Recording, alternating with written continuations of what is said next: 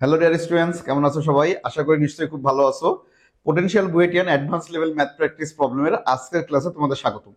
আজকে আমরা যে প্রশ্নটি সমাধান করতে চলেছি সেটি হচ্ছে সিরিজ ফার্স্ট পার্টের অষ্টম অধ্যায় অর্থাৎ পর্যাবৃত্ত গতি, ঠিক আছে, সরল সঞ্চিত গতির শক্তির সংরক্ষণশীলতার নীতির একটা খুবই দারুণ বেসিক ম্যাথ।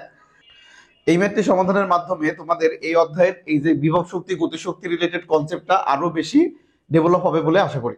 সো ক্লাসটি হতে চলেছে খুবই গুরুত্বপূর্ণ, শুরু থেকে শেষ পর্যন্ত অবশ্যই সাথে থাকবা, তাহলে অবশ্যই আমরা নতুন কিছু শিখতে পারবো। তাহলে আসো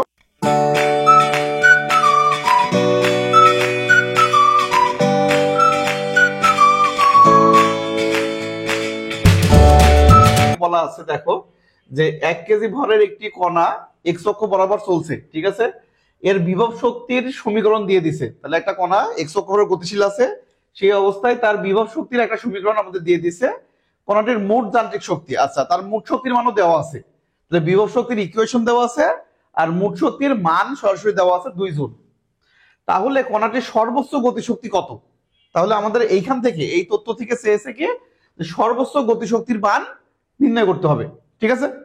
ওকে, তাহলে আমরা কি জানি যে গতিপথে যে কোনো পয়েন্টে বিভব শক্তি এবং গতিশক্তি এটার মান কখনো বাড়ে কখনো কমে, ঠিক আছে। পর্যাবৃত্ত গতির ক্ষেত্রে পর্যায়ক্রমিক ভাবে সরল সঞ্চিত গতি যাই বলি, তাহলে বিভব শক্তি পর্যায় আবার হচ্ছে গতিশক্তিটা পর্যাবৃত্তিক হারে বাড়ে কমে, কখনো গতিশক্তি বাড়তে থাকে বিভব শক্তি কমতে থাকে, আবার বিভব শক্তি বাড়লে গতিশক্তি কমে, কিন্তু মোট শক্তি সব জায়গায় সমান থাকে।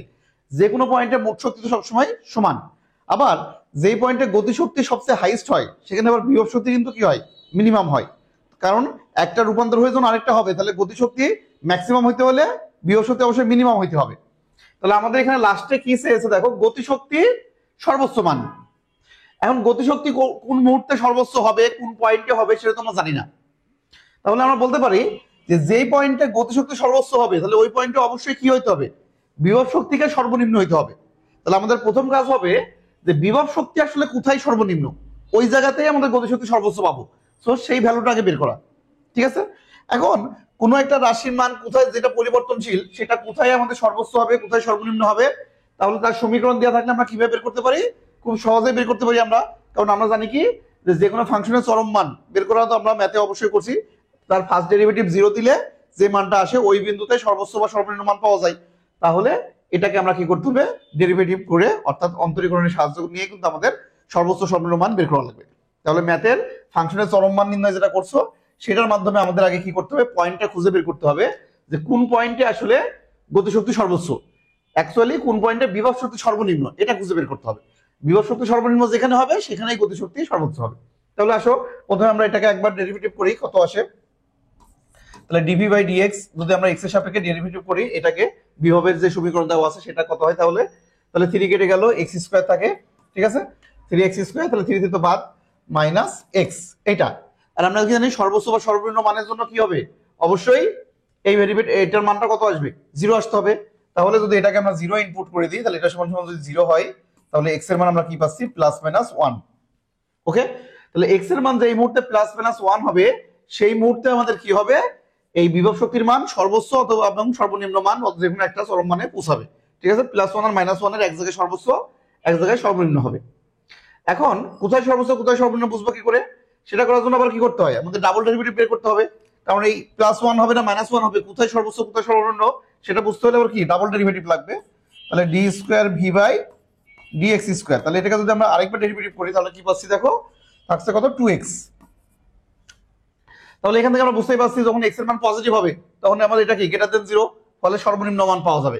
আর যদি আমরা এক্স এর মান নেগেটিভ নিই মাইনাস 1 নিই তখন এটা লেস দেন 0 হবে, সর্বোচ্চ মান পাওয়া যাবে। তাহলে x ইকুয়াল টু প্লাস 1 এর জন্য কি হবে, আমাদের ডেরিভেটিভ এটা গ্রেটার দেন 0 হবে। তাহলে x ইজ ইকুয়াল টু 1 হলে তখন আমাদের কি হয়, D square V by DX square, এটা গ্রেটার দেন 0। সুতরাং তখন আমরা কি হবে, অতএব x ইকুয়াল টু 1 এর জন্য বিভব শক্তি সর্বনিম্ন হবে। তাহলে বিভব শক্তি যদি সর্বনিম্ন হয় সেই বিভব শক্তির সর্বনিম্ন মানটা কি পাবো, x এর মান যদি আমরা এখানে ইনপুট দিই তাহলে বিভব শক্তির সর্বনিম্ন মানটা আমরা পেয়ে যাবো। তাহলে দেখো যে x এর মান যদি আমরা এখানে বসাই তাহলে মানটা কত আসে আমাদের, তাহলে বিভব শক্তির সর্বনিম্ন মান, তাহলে বিভব শক্তি যদি v বলা আছে তাহলে v মিনিমাম, যেহেতু আমাদের মিনিমাম ভ্যালু দরকার তাহলে মিনিমাম ভ্যালু দরকার, ফলে যেটার জন্য x এর যেই মানের জন্য এই DV by double derivative positive সেটাই লাগবে, পজিটিভ হলে তো সর্বনিম্ন পাওয়া যায়। তো আমরা দেখতে পেলাম +1 হলে পজিটিভ হচ্ছে, ফলে +1 এর জন্যই এটা কি হবে, বিভব শক্তি সর্বনিম্ন হবে। তাহলে বিভব শক্তি যদি আমরা ভি দেওয়া আছে আমরা সেভাবে লিখলাম। তাহলে যদি এক্স এর মান 1 বসাই দিই মেইন ফাংশনে, তাহলে 1/3 - 1, তাহলে 1/3 - 1। ওকে, তাহলে বিভব শক্তি সর্বনিম্ন মান কত দাঁড়াচ্ছে, যে আমাদের বিয়োগ করে দিই যদি আমরা -2/3, -2/3, তাহলে এটা হচ্ছে বিভব শক্তির সর্বনিম্ন মান, যে -2/3। ওকে, এখন আমাদের কি নির্ণয় করা দরকার ছিল, মোট আমাদের বস্তুটির মোট যান্ত্রিক শক্তি দেওয়া আছে আবার কত, মোট যান্ত্রিক শক্তি দেওয়া আছে 2 জুল। ফলে এখান থেকে আমাদের কি সর্বোচ্চ গতিশক্তি বের করতে হবে।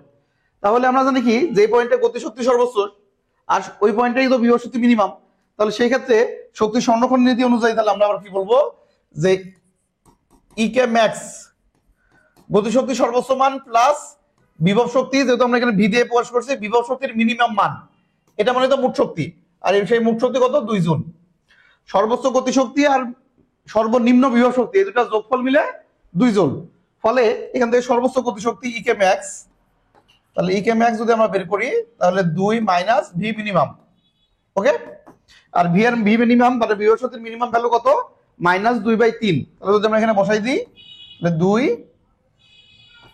প্লাস -2/3, তাহলে কত আসে, 3 লসাগু হলো, তাহলে আমাদের 6 + 2 8/3, তাহলে 8/3 জুল। তাহলে এটা হচ্ছে আমাদের সর্বোচ্চ গতিশক্তির মান। ওকে, তাহলে যদিও আমাদের এটা পর্যাবৃত্ত গতি, কিন্তু আমার বেশিরভাগই আসলে ম্যাথের ডেরিভেটিভের কাজ, ফাংশনের চরম মান এবং আমাদের হচ্ছে এক কথাই বৃহত্তম মান ও ক্ষুদ্রতম মান, লঘু গুরু মান যেটা আমরা বলি, সেইটার কনসেপ্ট থেকে আসলে ম্যাথ। ঠিক আছে, তাহলে আশা করি অঙ্কটি খুব ভালো লাগছে এবং বুঝতে পারছো, যদিও সহজ কনসেপ্টের কিন্তু গুরুত্বপূর্ণ, আমাদের একটু গতানুগতিক ধারা থেকে একটু ব্যতিক্রমধর্মী। তাহলে এই পর্যাবৃত্ত গতির ম্যাথ এবং সর্বোচ্চ সর্বনিম্ন দিয়ে যখন আসবে, এবং যদি বিশেষ করে সমীকরণ দেওয়া থাকে, ফাংশনটা যদি সমীকরণ আকারে দেওয়া থাকে, তাহলে কিন্তু আমাদের কি করতে হবে, এইভাবে ডেরিভেটিভের সাহায্য নিয়েই সমাধান করতে হবে। সো আশা করি প্রশ্নটা অবশ্যই তোমাদের কাছে ভালো লাগছে এবং অবশ্যই বুঝতে পারছো, কারণ আমরা স্টেপ বাই স্টেপ পুরোটা করে দিছি, কোনো জায়গায় সমস্যা হওয়ার কথা না। তারপরেও কোনো ডাউট থাকলে আমাদের কাছে জানাতে পারো। আর প্রশ্ন যদি ভালো লাগে অবশ্যই লাইক শেয়ার দিয়ে আমাদের সাথে থাকো, আর এই টাইপের প্রশ্ন রেগুলার সমাধান করতে থাকো আমাদের সাথে নিয়মিত চ্যানেলে আমাদের চোখ রাখো। আর অবশ্যই ভিডিওটা একটু লাইক শেয়ার করে দাও তোমার বন্ধুদের সাথে, যেন তারাও এগুলো প্র্যাকটিস করতে পারে। তাহলে দেখা হচ্ছে নেক্সট ক্লাসে। আজকের মতো আল্লাহ হাফেজ।